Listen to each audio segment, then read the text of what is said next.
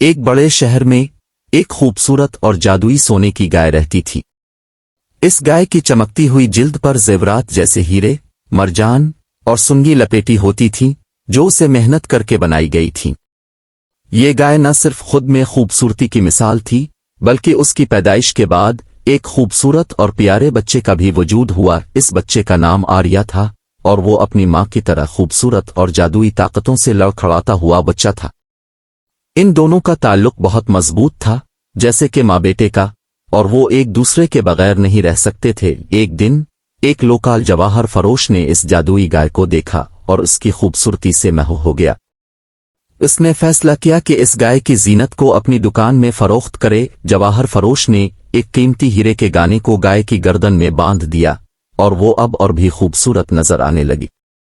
لوگ اس جادوئی گائے کو دیکھ کر حیران ہو گئے اور اس کی زینت کی خوبصورتی میں محو ہو گئے۔ آریہ بھی اپنی ماں کی خوبصورتی اور جادوئی قوت کی خوبیوں کو دیکھ کر فخر کرتا اور اس کی ماں کی زینت کو دیکھ کر وہ اپنی ماں پر فخر سے گریا کرتا۔ لیکن ایک دن جب ایک شرارتی چور اس جادوئی گائے کو چرانے آیا، آریہ نے اپنی ماں کے جادوئی قوتوں کو استعمال کر کے اس چور کو پکڑ لیا۔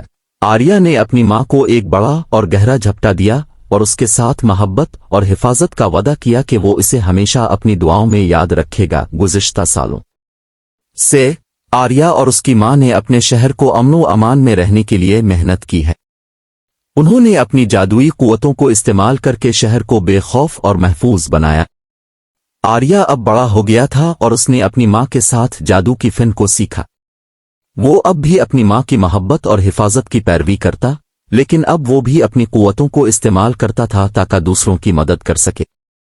ایک دن جب شہر میں ایک طوفان آیا، آریہ نے اپنی جادوئی قوتوں کو استعمال کر کے لوگوں کی جان بچائی۔ وہ اپنی ماں کی مدد کرتے رہے اور شہر کو بحران سے نکالنے میں مدد کرتے رہے۔ اس کے بعد آریہ کو شہر کا حامی اور قائد بنایا گیا اور وہ اپنے جادوئی قوتوں کو استعمال کر کے امیدوں کی روشنی فراہم کرتا۔ اس نے لوگوں کو ایک دوسرے کی مدد کرنے اور ایک دوسرے کی محنت کی قدر کرنے کی سکھائی دی، جس نے شہر کو ایک بہتر اور اچھے مکان بنا دیا۔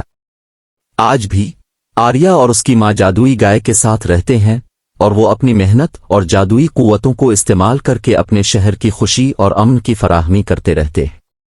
ان کی کہانی لوگوں کو امید اور محبت کی راہ دکھاتی ہے جو انہیں اپنی زندگی میں بڑے مقام تک لے جاتی ہے۔